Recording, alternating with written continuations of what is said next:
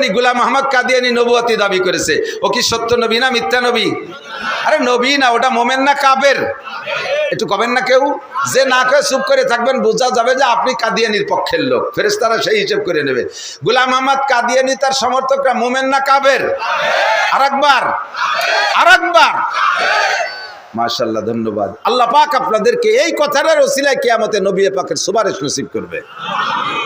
আনা খাতামুন নাবিয়িন লা নাবিয়্যা বাদি। হুজুর বলেন আমি শেষ নবী, আমার পরে আর কোন নবী আসবে না। তো ভাই জিবরাইল, তোমার ডিউটি তো আমি পর্যন্ত শেষ। নবী রাসূলদের কাছে তোমার দায়িত্ব ছিল, তুমি কি আর দুনিয়ায় আসবা? জিবরিল আলাইহিস সালাম বলেন, আপনি চলে যাওয়ার পরে আমি কয়েকবার, প্রায় 10 বার আসবো। কি এতে আসবা? আর কেউ নবুয়তি দিতে আসবা? হিজবুত তাওহীদের সেলিমরে নবুয়তি দিবা? তুমি কাদিয়ানীর গোলাম মোহাম্মদরে নবুয়তি দিবা? কয় না না না, নবী আর হবে না, আপনি শেষ নবী।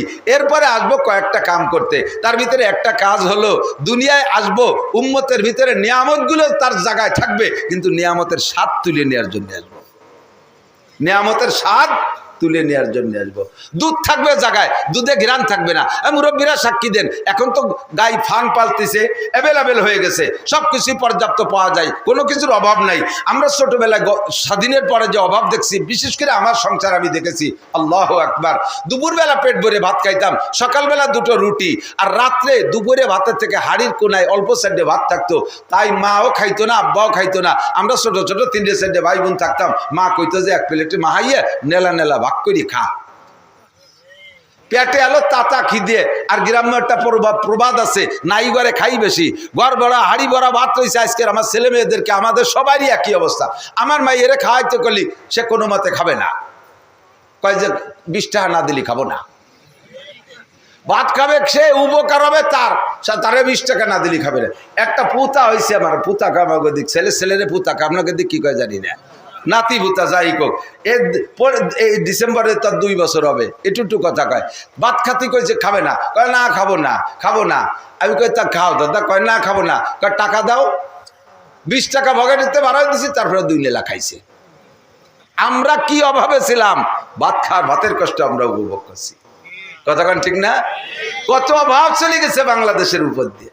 আল্লাহু আকবার। সেই সময় মা 1 পোয়া দুধ ব্যবস্থা করত, তার ভিতরে 1 সের পানি দিত, সেই 1 সের পানি দিয়ে জ্বালাইতো, একটু চামচে আমরা 8টা-9টা ভাই বোন ভাগ করে দিত। দিতে দিতে মার কিছু থাকতো না, মা শেষমেশ দুধ ভাগে পাইতেন না। ওই দুধের হাড়ির ভিতরে একটু পানি দিয়ে ঘুটিয়ে তার মধ্যে মা 4টে ভাত মাখায় নিত, তারতে আবার 1 নেলা আমারে দিত। সেই নেলায় যে গিরান, এখন 5 কেজি দুধ জ্বালাইয়া 1 কেজি বানালে সেই গিরান পাই না। মুরব্বীরা কটা কেন এখানকার তো জানে না, নতুনটা জানে না, ঠিক না? ইলিশ মাছ একবারই ভাজলি রানলি 3-4 বাড়ি গিরান হয়ে যেত সন্ধ্যের সময়, মনে আছে? আর এখন ইলিশ মাছ খাই, নাক দেখাই, গাল দেখাই, তাহলে কি তেলুটাই না, বাইচটাই না, ইলিশটা কি তা কিচ্ছু বোঝা যায় না, ঠিক না? ছোটবেলায় আমার চাচা ভালো বড় আলেম ছিলেন, উনার বাড়ি ফল ফ্রুট আসছে। আমার আব্বা গরিব মানুষ ছিল, ফল ফ্রুট আমাকে কিনে খাওয়াতে পারত না। চাষি একটা কমলা লেবু দিত, তাই 1 রুয়াইরে ভাগ করে দিত আমাকে, কয় ভাই গুন্ডে। আব্বা ওই খুশা হান্ডে সোনের চালের ভিতরে গুজিয়ে থতো, সপ্তাহখানিক পরে ওইটা মড়মড়ি হয়ে যেত, মট করে ভাঙলি একেবারে কাঁচা কমলার ঘিরান বেরোইতো। আর এখন কাঁচা কমলা খুলিয়ে নাকের সাথে ঘষলে বোঝা যায় না কমলার খোসা না তরমুজের খোসা। সবকিছুর নিয়ামত শেষ, নিয়ামতের স্বাদ শেষ। নিয়ামত আছে জায়গায়, আম পাওয়া যায় 12 মাস কাল, পেয়ারা পাওয়া যায় 12 মাস কাল, সব ফল কাঁঠাল পাওয়া যায় 12 মাস কাল, তরমুজ পাওয়া যায় 12 মাস কাল, সব কিছু 12 মাস কাল পাওয়া যাচ্ছে। কিন্তু 12 মাস কালে কোনো কালে তার স্বাদ নাই, নিয়ামতের স্বাদ উঠে নিয়ে গেছে। হুজুর কয়, জিবরাইল তুমি এই কাজটা কেন করবা, আমার উম্মতের নিয়ামতের স্বাদ কেন নিবা? কয় যে আমি নেব না, আমারে নীতি আল্লাহ পাঠাবে। কেন নীতি পাঠাবে? কয় উম্মত যখন নিয়ামতের সাথে 2 নম্বরই করবে, আল্লাহ বলবে যে তুমি 3 নম্বরই করে আসো। উম্মতে যখন নিয়ামতের সাথে 2 নম্বরই, দুধের সাথে পানি মিশাই কি মিশাই না? কতক্ষণ আমি নড়াই লস করছি যে দুধের সাথে পানি মিশানো হারাম। পরের বছর যাইয়া একজন আমার বলতেছে, হুজুর এই বাইরে গত বাইরে ওয়াজটা 1 বছর খুব কার্যকারী হয়েছে, আমাদের এলাকায় সব মানুষ সতর্ক হয়ে গেছে, কেউ দুধের সাথে পানি মিশায় না, এখন পানির সাথে দুধ মিশাই। এটা আবার কোন নিয়ম? কয় যে আড়িতে দুধ দোয়াবে, ওর আয় দাঁড়ি পানি নিয়ে ওর মধ্যে দুধ দোয়ায়। আর আপনি বলছেন দুধই পানি মিশানো যাবে না, পানিতে দুধ মিশানো যাবে না, তা তো কর নাই। কত বড় সেটা! আল্লাহ কয় আমাকারু আমাকার আল্লাহ আল্লাহু খায়রুল মাকিরিন। চালাকি করো, সমস্ত চালাকের সৃষ্টিকর্তা কে?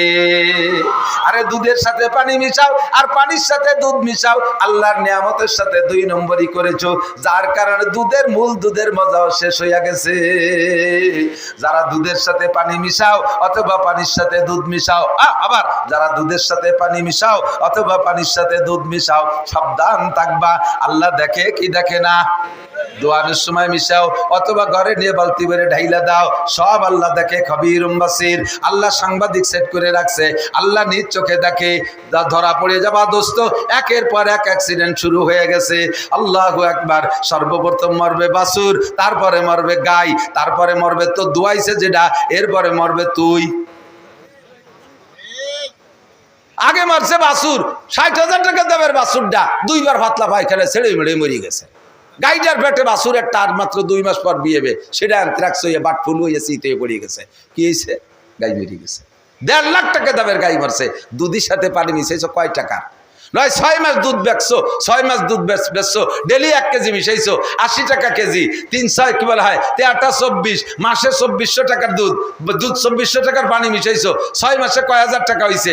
তুমি 30,000 টাকাই হয়েছে, আর 18-20,000 টাকা একে টানে 60,000 টাকার বাছুর শেষ। গ্রাম্য বাংলায় কয় দুধি কি বলে, আমের সাথে সালাও যাবে, গুড় সাথে নুড়ুও যাবে। গুড় সাথে নুড়ুও বোঝেন নাকি? পোলাপান মাটিতে পায়খানা করে, খেট দিয়ে ভেসায় ফেলে, ওরে নুডো কয় না তো? পালাতে নতুন কল করে খেড়াই নিয়ে ওই ময়লাটারে মুড়াইয়া এভাবে বাগানের মধ্যে ময়লা ফেলে, খেড় কয়টা কে নিয়ে আবার গাইরে গুলির মধ্যে দেয় নাকি? ও গুড় সাথে নুডুও চলে যায় না? আসলে তো নুডো ফেলাবে না, ফেলাবে তো গু। তোমার এই যে দুধের সাথে পানি মিশাইছো, গুড় সাথে নুডো যাবে, আমের সাথে সালা যাবে। দুধের সাথে 2 নম্বর, গুড়ির সাথে 2 নম্বর, একেবারে 1 নম্বর পিওর কইয়ে অর্ডার দিয়ে ডবল দাম দিয়ে অর্ডার দিছি। এরপরও সেই গুড় বাড়ি নিয়ে 1-1.5 মাস পরে দেখছি সে মাটি হয়ে গেছে। তুমি 2 নম্বরই করবা, আল্লাহর হুকুমে আমি 3 নম্বরই করব, নিয়ামতের মজা কেড়ে নিয়ে যাব। মাছের স্বাদ নাই, গোশের স্বাদ নাই, ফলের স্বাদ নাই, দুধের স্বাদ নাই, গুড়ের স্বাদ নাই, কোনো তার স্বাদ নাই। কথা কন ঠিক কি ঠিক না? 2 নম্বর কি করবা? জিব্রাইলকে দ্বিতীয় আর আরেকবার এই যে জিব্রাইল কইছে আসবো, আর মানে এ কাজের জন্য আর আসা লাগবে না, আসিয়ে গেছে মনে হয়, এ ডিউটি পালন করে চলে গেছে, আর নিয়ামতের সাথে শেষ। 2 নম্বরে কি জন্য আসবা? কয় 2 নম্বরে দ্বিতীয়বার আর একবার আসবো, মানুষের ভিতরে থেকে অরিজিনাল মোহাব্বত আমি নিয়ে যাব, মোহাব্বত আর ভালোবাসা থাকবে না। কেন এই কামটা কেন করবা? কয় যখন মানুষে আসল মোহাব্বতকে গুরুত্ব না দিয়া, এদিকে দিক আসল মোহাব্বতকে ভ্যালু না দিয়া যখন নকল মোহাব্বতকে গুরুত্ব দেবে, আসল ভালোবাসা যাকে যেখানে ভালোবাসা হওয়া দরকার ওই জায়গা ভালোবাসা না গইরা 3-4 নম্বরে যাইয়া ভালোবাসা শুরু করবে, তখন আসল ভালোবাসা ভিতরের থেকে নিয়ে যাব। মা বাবার হক, মা বাপরে ভালো না বাইসা শ্বশুর শাশুড়ির সাথে পিরিত, কাজেই মা বাবার সাথে সম্পর্ক বিচ্ছিন্ন হয়ে যায়। সন্তানরে ভালোবাসবা, তা না বাইসা আর এক জায়গা ভালোবাসো, ও জায়গার সম্পর্ক ও জায়গা ভালোবাসা আমি কেড়ে নিয়ে যাব। স্ত্রীকে ভালো না বাইসা শালীর সাথে প্রেম করো, ওই জায়গা ভালোবাসা 2 নম্বর 2 নম্বর ভালোবাসারে প্রাধান্য দেছো। কাজেই স্বামী স্ত্রী ডেলি সকাল বিকেল গ্যাঞ্জাম হইতেই থাকবে, এ জায়গা কোনো তাবিজ দিয়ে কাম হবে না। এক লোক আইসা, এক সাহাবা আইসা হুজুরের কাছে নালিশ করছে, হুজুর আমি গত রাত্রে একটা স্বপ্নে দেখছি, খুব ইমার্জেন্সি, আমি বুঝে উঠতে পারতেছি না, এমন বেকায়দা স্বপ্ন আমি কেন দেখলাম। হুজুরকে কি স্বপ্নে দেখছেন? কয় স্বপ্নে দেখি আমি রাস্তায় দিয়ে হাঁটতেছি, হঠাৎ করে দেখি, খেয়াল করতেছেন নাকি বুঝতেছি না, স্বপ্নে দেখি এক লোক কাষ্ঠ দিয়ে বোঝা বাঁধছে, কি কয় চলা কয় নাকি, খড়ি চলা খড়ি, এই যে বোঝা বানছে, উঠতে পারতেছে না, একা একা। আরে আমার সাহায্য চাইলে আমি যাইয়া তারে ধরলাম, পাশে আরো খড়ি রয়েছে, এক বোঝা বানছে, তা আমরা 2 জনে ঠেলাঠেলি করলাম, উঠতে পারি না, কোনো মতেই হাঁটু পর্যন্ত উঠেছি, আর উপরে পারি না। তখন করলাম দোস্ত থুইয়ে একটু কমাও, নিচে রাখছে, রাখার পরে দড়িও খুলছে, 1 পাজা কমাবে না, না কমাইয়ে ওই ভাসে যে চলাচল ওইতে আর 1 পাজা ওর মধ্যে দিয়েছে। আমার তো মিজাজ গরম হয়েছে, আরো বিটা আগে যা ছিল তাই পারি না, ফিরে আবার আর 1 পর্যায়ের মধ্যে ঢুকে তামাশা হলো। ও আমারে ধমক দেয়, আমার বুঝে আমি যা খুশি তাই করবো, চোখ রাঙ্গা বিলিয়া, পারলি উঠে দে, না পারলি চলে যা। এবার দইয়ে কয় দাও হাঁটু বাঁধায় গাই দাও, আমি হাঁটু আগের বাড়ি বাঁধাইছি, এবার তুই বাঁধা। কানিক ঠেলাঠেলি করে আগে তো হাঁটু পর্যন্ত, এবার কোনো মতে মাটিতে জাগাইছে, আর উঠতে পারে না, থুইয়া দড়ি খুলে আর 1 পাজা ডুয়েছে। এবার কিরম লাগে? আপনারা সালতার মানুষ এবার ওরে হেরিকেন ধরে বাড়ি শুরু করতেন না? ও কয় কি, এই বেটা পাগলামি করো নাকি? কয় যে সেটা নো টক বা টুসকুত, কথা কবি রে, চোখ উঠে কথা কবি রে, আমার বুঝা আমি যা খুশি তাই করবো। কয় তো তুই কর, আমি চলে গেলাম। কয় যা চলে যা, তবু কথা বলবি না। বিষয়টা আশ্চর্যের বিষয় না? এমন বলত কি জগতে আর আছে? এই ভাবতে ভাবতে আমি হাঁটতেছি, সামনে কত দূর যাইয়ে দেখি, এক জায়গায় যেয়ে দেখি এই শহরের ময়লা পচা গান্দা ফেলানো যে ডাস্টবিন, তার ভিতরে তো পায়খানা আছে, মরা গরু আছে, মরা মুরগি আছে, কত পচা গান্দা। এর ভিতরে বিশাল একটা পাখি, বিশাল একটা পাখি। এই পাখিটার দুই পায়ের নিচে দুইটা মরা গরু, আর সামনে পচা পায়খানার ভিতরে পোকা বিড়বিড় করতেছে। এই পাখিটার সারা গায়ে আমি লক্ষ্য করে দেখলাম 30 পারা কোরআন শরীফ লেখা।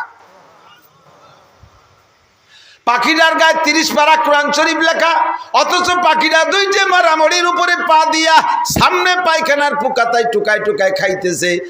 আমি আশ্চর্য হয়ে গেলাম, এমন সুন্দর পাখিটা থাকবে হয় মসজিদের কাছে থাকবে, না হয় মাদ্রাসায় থাকবে, নইলে কমপক্ষে আতরের ফ্যাক্টরিতে থাকবে, না হইলে কমপক্ষে ফুল বাগানে থাকবে।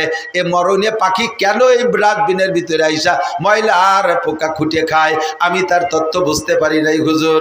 3 নম্বরে আমি একটু আগাইয়া গিয়ে দেখি পরপর 3টা পুকুর, একটা পুকুর ভরা পানি, পাশে আর একটা পুকুর খালি, এরপরে আর একটা পুকুর খালি। পাশে যে ভরা পুকুরে, যে পুকুরে পানি ড্রেজার দিয়ে পানি ফেলাইলে, পাইপ দিয়ে পানি দিলে, দমকল দিয়ে পানি দিলে যেমন পানি ছিটে যায়, এই ভরা পুকুরের পানি পাশের পুকুরে তেমন যায় না। ওখান থেকে দমকল দিয়ে ছিটাই দেওয়ার মতো 3 নম্বর পুকুরে যে গপ গপ করে পড়তেছে, আর মাঝে একটু লিক লিক পাইপ আছে, ওই জায়গায় একটু তিত্তিরাইয়া পাশের পুকুরি পড়ে। আমার দাবি ছিল ভরা পুকুরের পানি বেশি হয়ে যাচ্ছে, আগে পড়বে পাশের পুকুরে, তারপরে 3 নম্বরে পড়বে যে ওই ভরা 3 নম্বর পুকুরে যে পড়বে, এইটে ভরিয়ে তারপরে ওইটাই যাবে।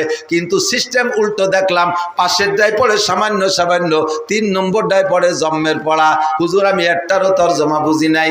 নবী পাক শুনে বললেন কুল্লু হাউলাই বিনাশরাতিস সা, এই 3টাই কিয়ামতের আলামত।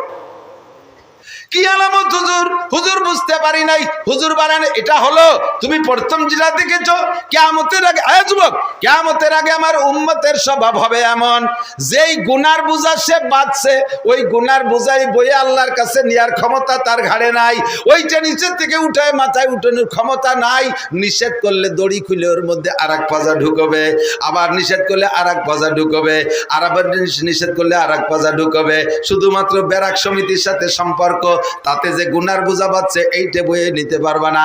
নিষেধ করলে আবার অ্যাডামসের সাথে যোগ হয়ে যায়, নিষেধ করলে আবার গ্রামীণ ব্যাংকের সাথে যোগ হয়ে যায়, তার থেকে নিষেধ করলে আবার কারিতাসের থেকে আবার একটা অ্যাকাউন্ট করলে, নিষেধ করলে আবার আর এক গ্রামীণ ব্যাংকে আর একটা যায়, আর এক শাখায় যে সংযুক্ত হয়ে যায়।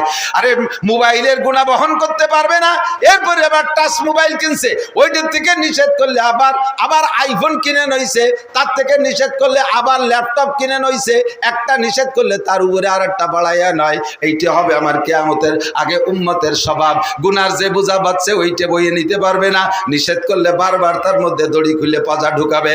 নবী পাক বলেছেন এইটা হবে কিয়ামতের আগে। এখন কি হবে না এগুলো রানিং হইয়া গেছে? 2 নম্বরটা তরজমা বলেন হুজুর। কয় 2 নম্বরটা হলো, খেয়াল করতেছেন তো আপনারা, 2 নম্বরটা হলো পাখির গায়ে 30 পারা কোরআন শরীফ মরা মরির উপরে পা দিয়া পায়খানার পোকা খুঁটে খায়। এইটা হলো কিয়ামতের আগে আমার উম্মতের ভিতরে হাজার হাজার মানুষ হবে এরকম।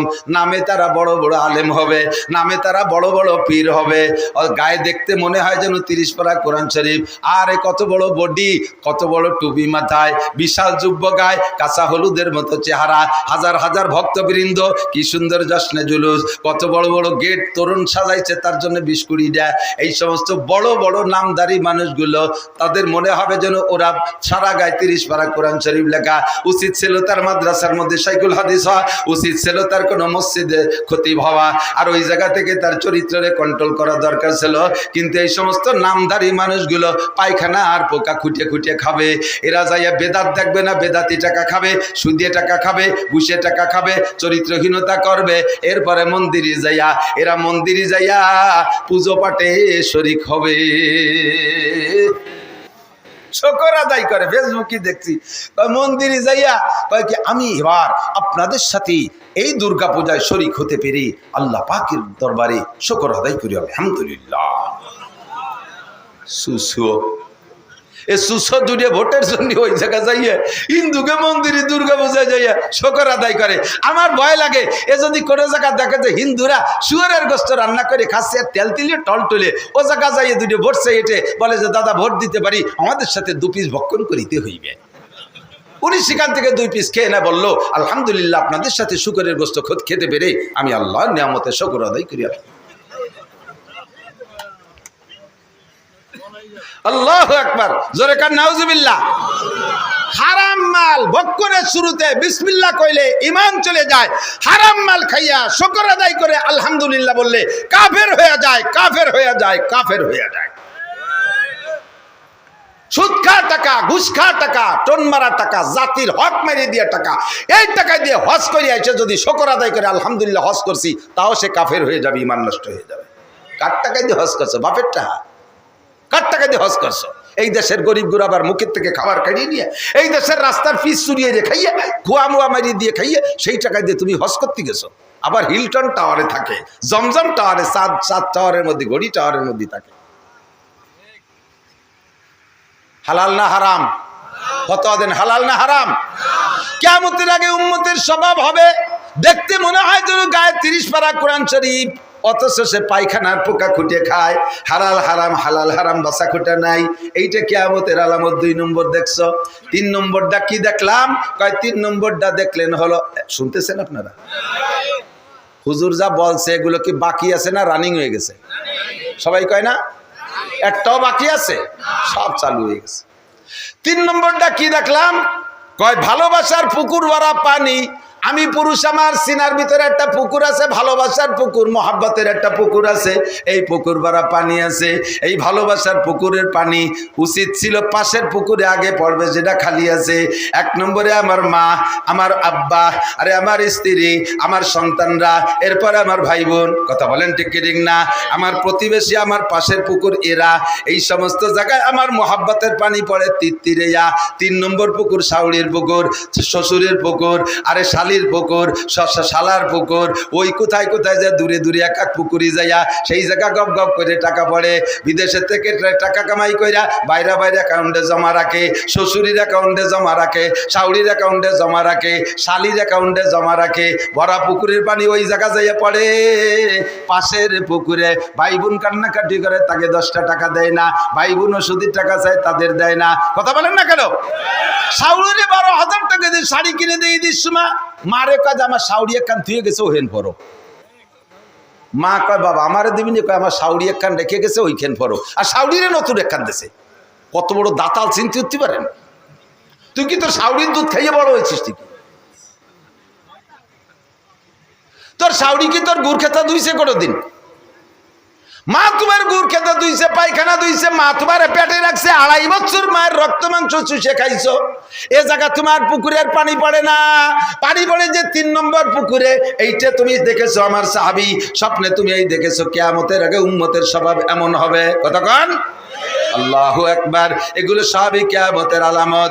নিয়ামতের স্বাদ তুলে নেবে, ভালোবাসা উঠে চলে যাবে। যে জায়গা ভালোবাসা হওয়া দরকার সে জায়গা হবে না, ভালোবাসা হবে অন্য জায়গায়। উলাইকা কাল আনআমি বাল হুম আদাল্লু উলাইকা হুমুল গাফিলুন। মাঝে মাঝে বলে থাকি, কোরআন শরীফের আয়াতে বলে 1 শ্রেণীর মানুষ পশুর মতো হয়ে যায়, 1 শ্রেণীর মানুষ পশুর মতো হয়ে যায় যারা তাদের কানরে কাজে লাগাই নাই, চক্ষুরে কাজে লাগাই নাই, ব্রেনরে কাজে লাগাই নাই। যা শোনা দরকার তা শোনে না, যা দেখা দরকার তা দেখে না, যা বোঝা দরকার তা বোঝে না, বোঝে যায় যত উল্টোটা। এই সমস্ত মানুষ মানবতার কাতারে থাকে না, মানবতার থেকে নেমে তারা পশুর মতো হয়ে যায়। কি পশুর মতো হয়? কেউ কুত্তর মতো হয়ে যায়, কেউ শুয়োরের স্বভাব হয়ে যায়, এর ভিতরে সাপের স্বভাব আসে। কথা কন না কেন? কের ভিতরে বান্দরের স্বভাব হয়, কের ভিতরে বাঘের স্বভাব এসে যায়। যেই মানুষের মধ্যে যেই প্রাণীর স্বভাব উপলব্ধি করা যাবে, যার ভিতরে যেই প্রাণীর স্বভাব দেখা যাবে, ওই মানুষগুলো কিয়ামতে ওই প্রাণীর রূপ নিয়ে জাহান্নামে যাবে। কেউ শুয়োরের চেহারায় জাহান্নাম, কেউ কুত্তর চেহারায় জাহান্নামে যাবে, কেউ কুত্তর চেহারায় জাহান্নামে যাবে। আল্লাহ কয় উলাইকা কাল আনাম, এই মানুষগুলো চতুষ্পদ জন্তুর মতো। এবার চতুষ্পদ জন্তুর মধ্যে থেকে কুত্তই অভিযোগ করছে সর্বপ্রথম, আল্লাহ তোমার এই আশরাফুল মখলুকাত বনি আদম রে আমাদের সাথে তুলনা করলে আমাদের ইজ্জত যায়। কুত্তরও ইজ্জত আছে, প্রত্যেকের একটা ব্যক্তিগত ইজ্জত আছে। কতক্ষণ হারতে কেউ রাজি না। এই যুদ্ধ বিগ্রহ মারামারি করে কি জন্য? জিতার জন্যই তো করে। একটা আইডিয়া আর একটা আইডিয়ার সাথে মাঠে লাগাই দিয়েছেন, ওরা দুজন দুমসা গুতোগুতি করে কি জন্য? ওকে জাগা জমি নিয়ে গেঞ্জাম, কথা কয় না, ছেলে মেয়ে নিয়ে গেঞ্জাম, ওকে বউ নিয়ে গেঞ্জাম, রাজনীতি নিয়ে গেঞ্জাম। ওরা মারামারি করে কেন? জেতপু আমার ইজ্জত আছে, আমি ঠকবো না। তো কুত্তইকে আমারও ইজ্জত আছে। এই মানুষকে আমাদের সাথে তুলনা করলে আমাকে ইজ্জত নষ্ট হয়। কিভাবে ইজ্জত নষ্ট হয়? তোমার বনি আদম আশরাফুল মখলুকাত যা করে ও আমরা কুত্তরা জীবনেও করি না। তুমি শুনবা আল্লাহ কদিন এই দুনিয়াটা কয় যে আমি সচক্ষে দেখেছি বনি আদম পায়খানায় বসে বিড়ি খায়। আমরা কুত্তরা জীবনেও খাতি বসে আগি না, আকতি বসে খাই না। কথা বল না কেন? কেউ করতে পারবে না যে কোনো কুকুর একসাথে পায়খানা করতেছে আর খাচ্ছে, দুই কাম একসাথে করে না। আমরা খাতি বসে আগি না, আকতি বসে খাই না। আর বাথরুমের মধ্যে যে একডুন বিড়ির ভাষা একে আমরা খেয়ে বেলায় তুইছি, এ খাইলো খারাপ। বিড়ির দুমো আর গুদ দুমো একসাথে না চুষলি বলে ক্লিয়ার হয় না। কুত্তই কয় আল্লাহ এই কাজটা কি ওরা ঠিক করে? তাহলে তুমি যে ওদের সাথে আমাকে তুলনা করলে, আমাদের সাথে ওদের তুলনা, এই তুলনা করলে আমাদের ইজ্জত যায়। আমাদের কুত্তে এখন তো কুকুরের এখনো ডেলিভারি শুরু হয়নি, তারপরও সপ্তাহে মানে সিজন ঠিক নাই। আগে ওয়াজ হতো শীতকালে, এখন সে 12 মাস কাল হয়, ঠিক না? আমি তো সেই ভাদ্র মাসেতে শুরু করছি, কোনো তার সিজন নাই, যে কোনো সময় যে কোনো তা পাওয়া যায়। আরো 2 মাস আগে দেয় যে কুত্তো ছোট ছোট 2 বাচ্চা নিয়ে ঘুরে বেড়াচ্ছে, এ পালো কোন জায়গায় হবে? তো আরো 1-1.5 মাস 2 মাস পরে হবে না ওকে ডেলিভারি। তো কুত্তোর কাছে আমাকে যখন ডেলিভারি হয় 4-5টা বাচ্চা আল্লাহ তুমি আমাকে দাও। সেই ছেলে মেয়ে নিয়ে আমরা কত কষ্ট করি। তা আমাদের নামে তো কোনো ভিজিএফ কার্ড নেই, আমাদের নামে সরকারি কোনো বাজেট বরাদ্দ নয়। এই বাড়ি বাড়ি দাবর দুবর খাই, গাই গুটো খাইয়ে সাইডে খেয়ে দিয়ে আসি, একটু দুধ হয় খেড়ের ফেলার তলে। আমাকে ঘর বাড়িও নাই, ছেলে মেয়ের কোনো শীতকালে জাঙ্কি গেঞ্জি খেতা মেতা কোনো তা নাই, একটা প্যাম্পাস ট্যাম্পাস কিনতে পারি না, এই নিয়ে থাকি। তো এই বাচ্চা কাচ্চাগুলো যতদিন ছোট থাকে বহুত বংশীয় কুত্তো আমাকে অফার দেয়, ফোন দেয়, মিস কল দেয়, ডাইরেক্ট কল দেয়। বড় বড় অফিসার কুত্তো, বংশীয় কুত্তো, খুব শিল্পপতি কুত্তো, এরা আমাদের অফার দেয়, ফোন দেয়। আমরা তখন মা কুত্তরা ওদেরকে ধমক দিয়ে তাড়াই দিই, ছাড় আমার এই ছোট মোটো তুই কোন জায়গায় যাবো? আমার এগুলো এখন ইনকাম করে খাওয়া শেখে নাই, প্রতিরোধ ক্ষমতা অর্জন করতে পারে নাই, এরা আত্মরক্ষা ক্ষমতা অর্জন করতে পারে নাই। এখনো বিভিন্ন প্রকার আপদ বিপদ আছে, বড় কুত্তো দেখলে গিয়ে মাইরি দড়ি ফেলে, বহুত ঝামেলা আছে। আর আমার এই পোলাপান তুই আমারে এখন কোনো জায়গায় যাওয়ার কোনো সময় নাই, আগামী কাতি মাসে দেখা করবি। আমি এই কয়ে সরাই দিয়ে আমাকে বাচ্চা কাচ্চা তুইয়ে যাই না, এতটুকু বোধ আমাদের আছে। তোমার আশরাফুল মখলুকাত বলে তুমি যাকে গল্প দাও যে এরা ফেরেশতার চাইতে দামি, এরা এর চেয়ে দামি, ওর চেয়ে দামি, তোমার এই আশরাফুল মখলুকাতের স্বভাব দেখো। মা 6 মাসে বাচ্চা ফেলাইতে প্রেমের টানে আর এক জায়গা চলে যায় মুসলমান হইয়া। কতক্ষণ 2 বছরে বাচ্চা ফেলাইতে চলে যায়, 3-4টে ছোট বড় ফেলাইতে চলে যায়। একাম আমরা কুত্তরা করি না। আর সেই মানুষকে আমাদের সাথে তুলনা করো, ওতে আমাকে ইজ্জত যায়, কুত্তকে আমাকে ইজ্জত যায়। কতক্ষণ ফেরিয়ালার সাথে লাইন করছে, দুলাভাইয়ের সাথে লাইন করছে, গার্মেন্টস ম্যানের সাথে লাইন করছে, ছোট বাচ্চারে মারিয়ে ফেলাই দিয়া, আরে খালি ফেলায় না, বাচ্চারে মা নিজে জবাই করে দিয়ে আরেকজনের সাথে চলে যায়। কুত্তই কয় এই কাম আমরা করি না, বাঘে কয় আমরা যত বড় হিংস্র হই না কেন এই কাম আমরা করি না, ঠিক কিনা? এবার কও তুমি কি কবা? আগে তো কইছে ওরা আমাকে কুত্তর মতো, এবার কও কি কবা? আল্লাহ কয় তাও আমার কাছে আছে, কি কব? কও কয় উলাইকা কাল আনআমি বাল হুম আদাল্লু উলাইকা হুমুল গাফিলুন।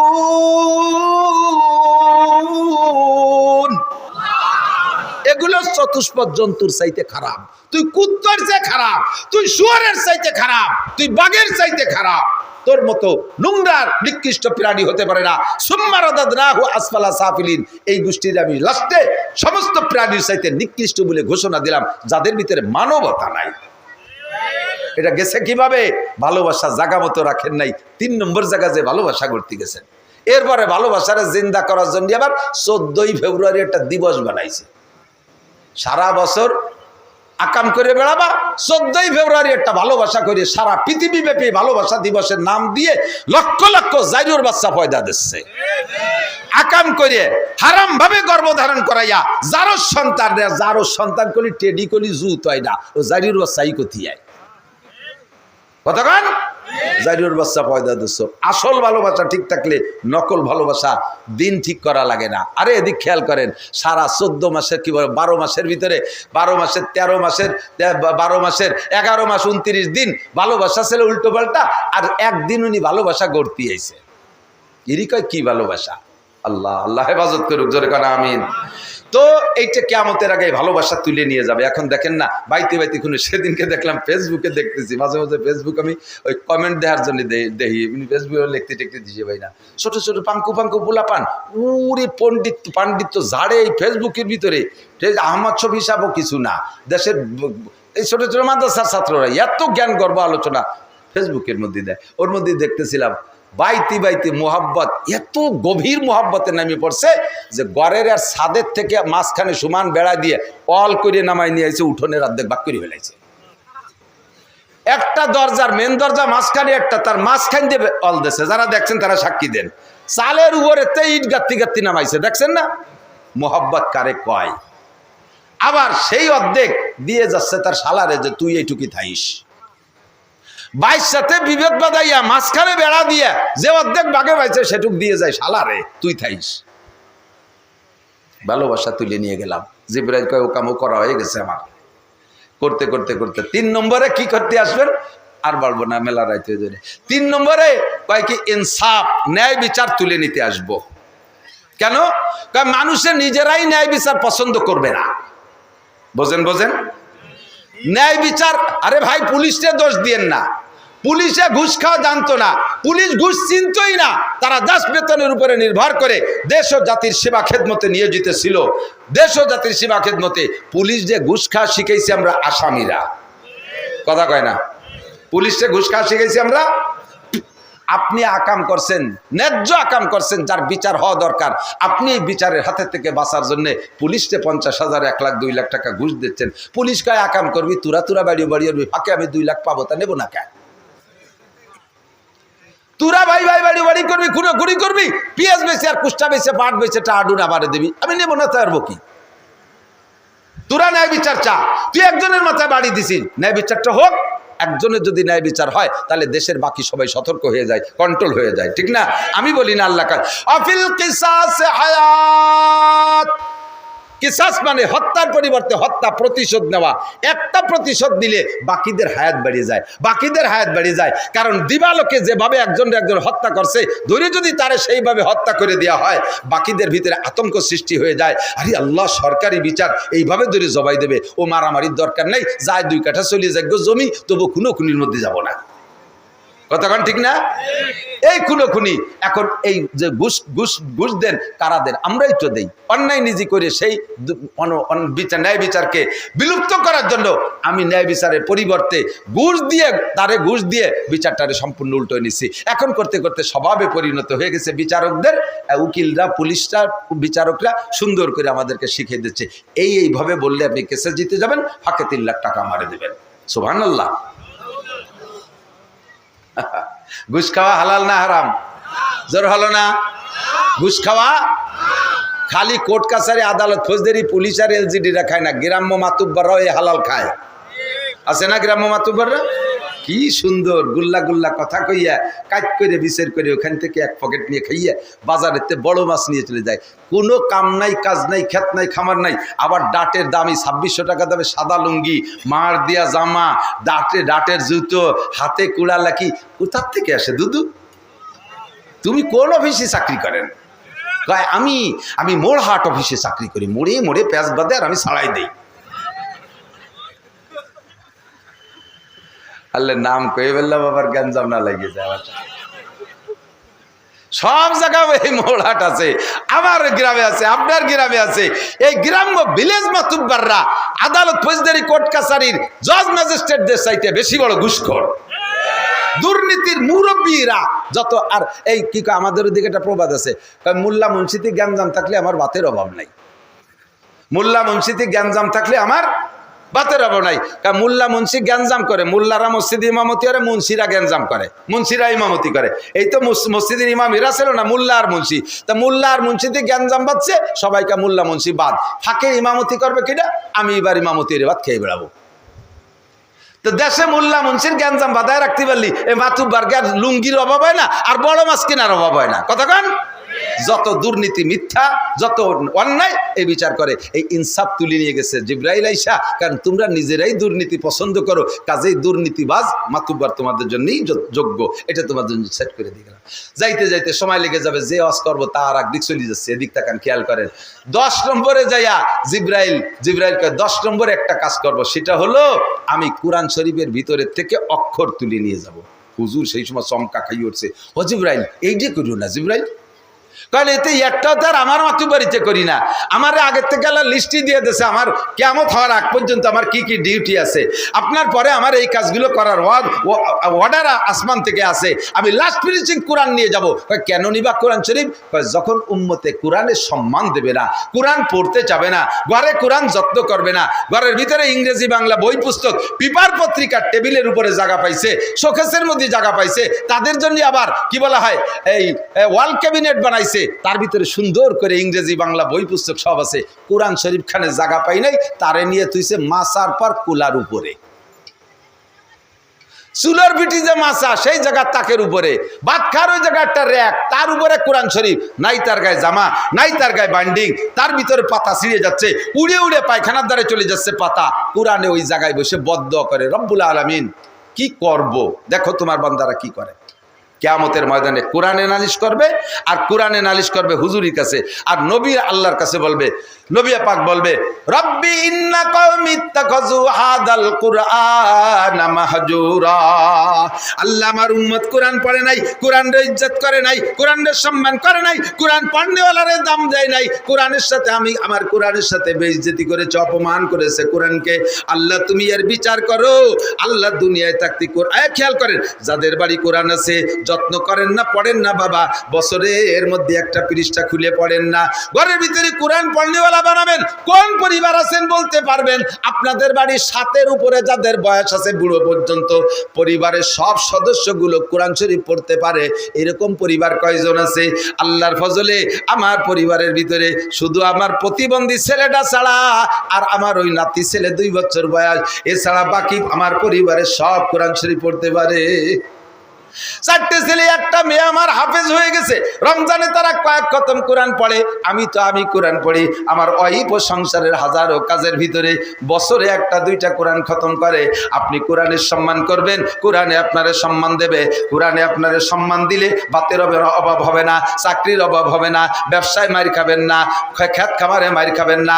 কোরআনকে আপনি সম্মান করবেন। আল্লাহর নবী বলেন, মান জাআলাল কুরআনা আমামাহু ফাদাহু ইলাল জান্নাহ। যে ব্যক্তি কোরআনকে সামনে রাখে, দুনিয়ায় কোরআনে তারে সম্মানিত করে, আর আখিরাতে কোরআনের রাহবারি কইরা হাসরের মাঠে বলবে, এ জামাল আমার সাথে আসো, কামাল আমার সাথে আসো, খালেক মোল্লা আসো, লালটু আসো, বল্টু আসো, জুয়েল আসো, টুয়েল আসো, এ টুলুলুলু আমার সাথে আয়, ডলি বলি জরিনেছো কিনা আমার সাথে আয়। তোরা দুনিয়ায় আমার এই আমি কোরআন রে পড়েছিলি, সম্মান করেছিলি, আয় জান্নাত খুঁজে পাচ্ছিস না, আমি তোদের রাহবারি করে জান্নাতে পৌঁছাইয়া দেব। আল্লাহু আকবার। আমান জালাল কুরআনা কলবা জারিহি, আর যে ব্যক্তি কোরআনকে পিছে রাখবে, সাকা গুইলান নার, হাসরের মাঠে ওই কোরআনও তোমার পিছনে থাকবে। বিশাল লাঠি হাতে নিয়ে কোরআনে বলবে, আয় আমি তোর পিছনে আছি। ওয়াসিকাল্লাযীনা কাফারু ইলা জাহান্নামা যুমারা। ফেরেশতারা সাথে থাইকা কোরআন রে আল্লাহ বডি বানায় দেবে, তার হাতে একটা লাঠি দেবে। কোরআনকে দুনিয়ায় যারা পিছে রাখছেন, পড়তে চান নাই, সম্মান করেন নাই, খেয়াল করে না, পড়তে চান নাই, সম্মান করেন নাই, ইজ্জত করেন নাই, কোরআনের গায়ে জামা দেন নাই, ঘরের ভিতরে ভালো জায়গা রাখেন নাই, সন্তানদেরকে ভালো কোরআন পড়া শেখান নাই, নিজে কোরআন পড়তে শেখেন নাই। এমনকি যদি কোরআন পড়ার জন্য একটা ছেলেরে বাজেট করেন যে এই ছেলেটারে হুজুর বানাবো, সেটা কোনটা? যেটা বেরেনি উঠা না, যেটা চেহারা ভালো উঠা না, যেটা জুয়ন ভালো ওইটে না, বাইটিয়ে খাটো ঠ্যাংকুড়া চাই দক্ষিণ দিক দেহে উত্তর দিক চোখ কানা অন্ধ পঙ্গু গলা শূন্য পেট মুটা মাথা সাইকেলের সিটির মতো 3 কোনা আটা দেয় রাস্তায় দিয়ে চলে যায় খালের মধ্যে। আব্বা তুমি হক্কানি হুজুর হইয়া সঙ্গে খুঁজে দেখেন 2-1 জন আছে আলাদা। আমরা সব কয় ভাই আমি আমার তো নিজের অবস্থার পার্শ্ব করে আদায় করতে আলহামদুলিল্লাহ। আমার আর ভাইগুলো খুবই সুন্দর হ্যান্ডসাম সুটম্বটির অধিকারী। তা আমার আব্বা ওই পার্সিয়ালিটি হয়ে যায় নাকি এই জন্য সাইডারে হুজুর বানাইছে, যাতে কেয়ামতে আব্বা ধরা না পায়। কেয়ামতের ময়দানে সন্তান আপনার বিপক্ষে মামলা দেবে। শুনছেন না হুজুরকে কাছ থেকে? সন্তানে বলবে রব্বি